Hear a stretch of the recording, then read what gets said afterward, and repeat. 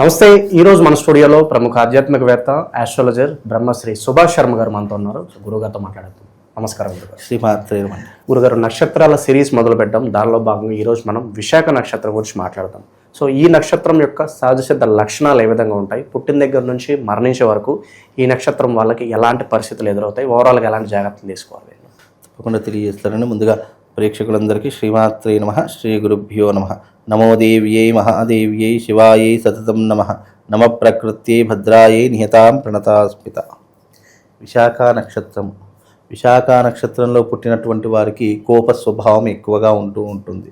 అలాగే చంచలమైనటువంటి మనస్తత్వం ఎక్కువగా ఉంటుంది. వీళ్ళు ఎప్పుడూ కూడా ఒక మాట మీద నిలకడగా లేనటువంటి వ్యక్తుల్లో విశాఖ నక్షత్ర జాతకులు ఒకరు అని చెప్పుకోవచ్చు. వీళ్ళు పుట్టుకతోనే చాలా కష్టాలు పడేటటువంటి స్వభావం వీళ్ళ జీవితంలో ఎదురవుతూ ఉంటుంది. వీళ్ళు దాదాపుగా 22-23 సంవత్సరాలంత వరకు వీళ్ళకి జీవితంలో కష్టాలు అనేటటువంటివే ఉంటాయి. 23-24 వచ్చేంత వరకు అప్పుడు ఒక పట్టాల మీదకి వస్తుంది వీళ్ళ జీవితం అంతా కూడా. ఎందుకు అని అంటే కనుక విశాఖ నక్షత్ర జాతకులు ఎలా ఉంటారు అని అంటే కనుక వీళ్ళు జీవితంలో కష్టపడ్డటువంటి దానికి ఫలితం అయితే ఉండదు. వీళ్ళు ఏదో సాధిద్దాము అని అనుకుంటూ ఉంటారు, అది మధ్యలోనే ఆగిపోతూ ఉంటుంది. వీళ్ళది ఎట్లా ఉంటుంది అని అంటే కనుక ఉద్యోగంలో కానీ లేదా జీవితంలో కానీ మార్పులు పెద్దగా ఏమీ ఉండవు. ఎక్కడ తీసిన గొంగడు అక్కడే ఉంటుంది. వీళ్ళకు శత్రువులు చాలా ఎక్కువగా ఉంటారు. విశాఖ నక్షత్రంలో జన్మించినటువంటి జాతకులకు శత్రుభీతి చాలా ఎక్కువగా ఉంటుంది. అలాగే ఫైనాన్షియల్స్ ఇబ్బందులు చాలా విపరీతంగా ఉంటాయి. అంటే వీళ్ళకి ఏంటంటే రొటేషన్, జీవితం అంతా రొటేషన్ చేసుకుంటూనే ఉంటారు. ఈ సంవత్సరం మనకు అంటే ఈ నెల మాకు బాగా లేదు కాబట్టి ఎక్కడెక్కడి నుంచో డబ్బులు తీసుకుని వచ్చి ఈ నెల గడిపేస్తూ ఉంటారు. మళ్ళీ వీళ్ళకి ఇన్కమ్ వస్తే మళ్ళీ అక్కడ దాన్ని పూడ్చేటటువంటి ప్రయత్నం ఎక్కువగా చేస్తూ ఉంటారు. అంటే డబ్బుల యొక్క రొటేషన్స్ ఎక్కువగా చేసేటటువంటి వాళ్ళు విశాఖ నక్షత్ర జాతకులు ఒకరు అని చెప్పుకోవచ్చు. అలాగే వీళ్ళ వైవాహిక జీవితం కనుక చూసుకున్నట్టయితే వీళ్ళకి పెళ్ళిళ్ళు కూడా చాలా ఆలస్యం అయ్యేటటువంటి సిచ్యువేషన్స్ ఉంటాయి. అంటే వీళ్ళకు సరైనటువంటి సమయంలో వివాహం అనేటటువంటిది జరగదు. అయితే వయసు మీరిపోయిన తర్వాతనో లేదా వీళ్ళకు సరైనటువంటి సంబంధాలు రాకనో పెళ్ళిళ్ళు ఆలస్యం అయ్యేటటువంటి తరహాలు కూడా విశాఖ నక్షత్ర జాతకులు జరుగుతూ ఉంటాయి. పెళ్ళిళ్ళు ఆలస్యం కావడం వల్ల సంతాన ఇబ్బందులు కూడా చాలా జరుగుతూ ఉంటాయి. అంటే సంతానం మిస్క్యారీ కావడం కావచ్చు, లేదా అబ్నార్మల్గా పుత్రులు పుట్టేటటువంటి అవకాశం కానీ, లేదు అని అంటే కనుక సంతాన గర్భపాత దోషం కానీ ఇలాంటివి ఎక్కువగా ఏర్పడేటటువంటి అవకాశాలు ఈ యొక్క విశాఖ నక్షత్ర జాతకులకు ఏర్పడుతూ ఉంటాయి. కాబట్టి విశాఖ నక్షత్ర జాతకంలో జన్మించినటువంటి వారికి లైఫ్ అంతా అప్ అండ్ డౌన్స్గా ఉంటుంది. ఎప్పుడు వీళ్ళ జీవితం ఒక స్టేజ్లో ఉండదు. ఎప్పుడూ కూడా లైఫ్లో అప్ అండ్ డౌన్స్ ఉంటూనే ఉంటాయి. వీళ్ళ జీవితంలో స్థిరత్వం కావచ్చు, అలాగే ఒక దగ్గర ఆగిపోదాము, ఇప్పటి నుంచైనా మన జీవితాన్ని మంచిగా నడిపించుకుందాము అనేటటువంటి తరహా అనుకుంటారు. కానీ నేచర్ వీళ్ళకు సపోర్ట్ ఉండదన్నమాట. కాబట్టి వీళ్ళ జీవితం అంతా కూడా ఎప్పటికప్పుడు ఏదో ఒక ప్రాబ్లమ్స్ ఫేస్ చేస్తూనే ఉంటారు. ఒక ప్రాబ్లం అయిపోయింది అంటే వెంటనే ఇంకో ప్రాబ్లం రెడీగా ఉంటుంది వాళ్ళ జీవితంలో రావడానికి.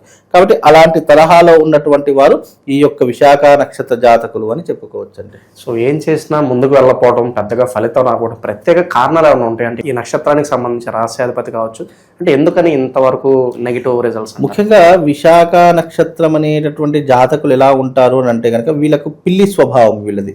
ఈ పిల్లి స్వభావం అంటే ఎలా ఉంటుంది అని అంటే ఎప్పుడు పిల్లిలా ఉంటారో ఎప్పుడు పులిలా మారుతారో తెలియదు. అంటే వీళ్ళ యొక్క స్వభావం ఎట్లా ఉంటుంది అంటే పరిస్థితులు వీళ్ళను ఒక కుదురుగా ఉండనివ్వవు. అంటే కాలంలో జరిగేటటువంటి వీళ్ళ జీవితంలో జరిగేటటువంటి పరిస్థితులు ఇతని స్టెబిలిటీగా ఉండనివ్వవు.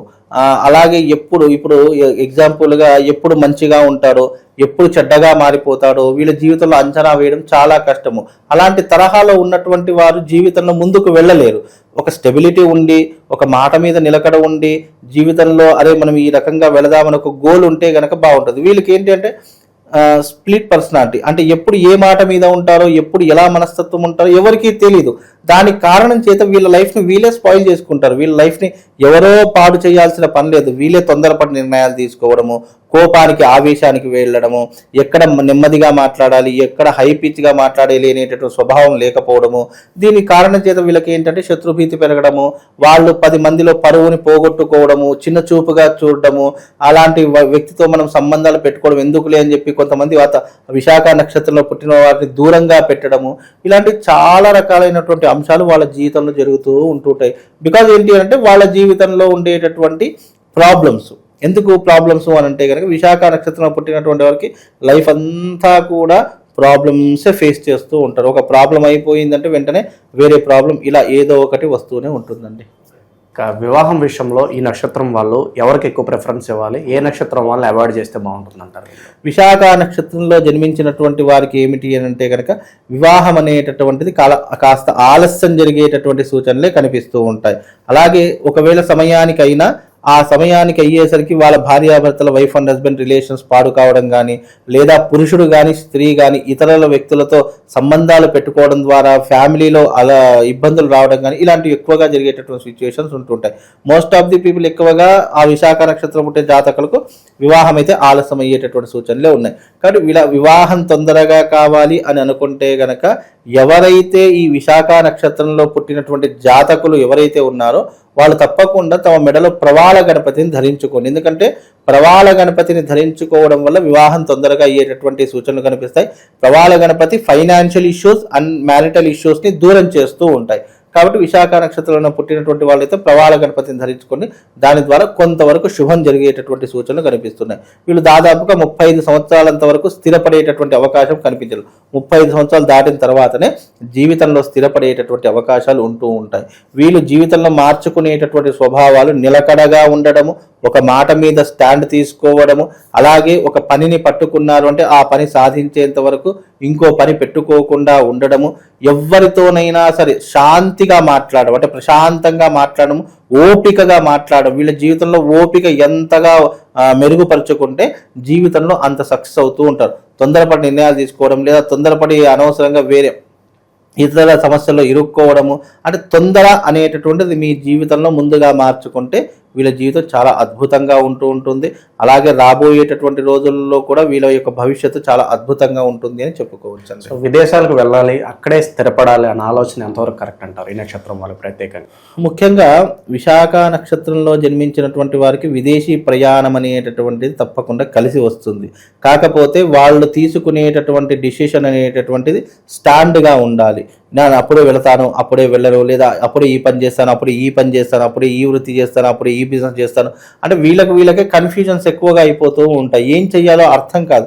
కాబట్టి అలాంటి కన్ఫ్యూజన్ నుంచి బయటపడడానికి తప్పకుండా వీళ్ళు దైవిక ఆరాధన చేసుకోవడం, ఒకవేళ విదేశాలకు వెళ్ళి ఉద్యోగం కావచ్చు, వృత్తి కావచ్చు, వ్యాపారం కావచ్చు, చదువు కావచ్చు వెళతాను అని అనుకుంటే కనుక తప్పకుండా వెళ్ళేటటువంటి మార్గం అయితే కనిపిస్తూ ఉంటుంది. వెళితే కనుక మంచి సక్సెస్తో తిరిగి వచ్చేటటువంటి అవకాశం కూడా విశాఖ నక్షత్ర జాతకులు ఉంటుంది. ఎందుకంటే విశాఖ నక్షత్రంలో పుట్టినటువంటి వాళ్ళు మొండి వాళ్ళు, ఎవరి మాట వినరు, ఎవరి మాట పట్టించుకోరు, వాళ్ళు చెయ్యాలనుకున్నదే చేస్తారు. కాబట్టి వాళ్ళు తప్పకుండా ఏదైనా సాధించాలి అని పట్టుబడితే కనుక తప్పకుండా సాధిస్తారు. జీవితంలోనైనా సరే, విద్యలోనైనా సరే, వృత్తిలోనైనా సరే వాళ్ళకి ఏంటి అంటే ఓపిక కావాలి. ఓపిక ఉండి, సహనం ఉండి, నేను ఇది చెయ్యగలుగుతాను అని సెల్ఫ్ కాన్ఫిడెన్స్ ఉంటే తప్పకుండా జీవితంలో సక్సెస్ సాధించేటటువంటి వారిలో విశాఖ నక్షత్ర జాతకులు ఒకరు అని చెప్పుకోవచ్చు.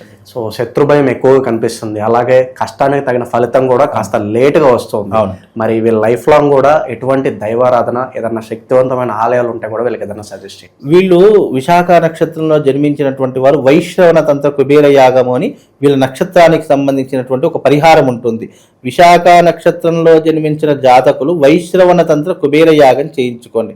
దాని ద్వారా రాబోయేటటువంటి రోజులలో వీళ్ళ జీవితంలో అడ్డంకులుగా ఉన్నటువంటివి, అలాగే వీళ్ళ జీవితాన్ని నష్టపరిచేటటువంటివి, కష్టపెట్టేటటువంటివి ఏవైతే కొన్ని ఉంటాయో అవన్నీ కూడా వాటి నుంచి తప్పించుకునేటటువంటి అవకాశాలు ఈ వైశ్రవణ తంత్ర కుబేర యాగం ద్వారా వీళ్ళ జీవితంలో ఏర్పడతాయి. కాబట్టి విశాఖ నక్షత్రంలో జన్మించిన వారు ఎవరైనా ఉంటే వైశ్రవణ తంత్ర కుబేర యాగం చేయించుకొని దాని ద్వారా కొంతవరకు జీవితంలో మీకున్నటువంటి సమస్యల నుంచి బయటపడడానికి, అలాగే భవిష్యత్తులో మీకు అదృష్ట యోగం రావడానికి వీళ్ళ జీవితానికి చాలా చక్కగా ఉపయోగపడేటటువంటి రెమెడీ అండ్ పరిష్కారం అని కూడా చెప్పుకోవచ్చు. ఏదైనా శక్తివంతమైన ఆలయాలు ఏమైనా సజెస్ట్ చేస్తారా, పలానా చోటకు వెళ్తే బాగుంటుంది? వీళ్ళు కామాఖ్య అమ్మవారి దేవాలయానికి కానీ లేదా కంచి కామాక్షి అమ్మవారి దేవాలయానికి కానీ ఒకసారి వెళ్ళి దర్శించుకొని వస్తే కొంతవరకు శుభం లాభం కలిగి అమ్మవారి యొక్క సంపూర్ణమైనటువంటి అనుగ్రహం కలుగుతుందండి.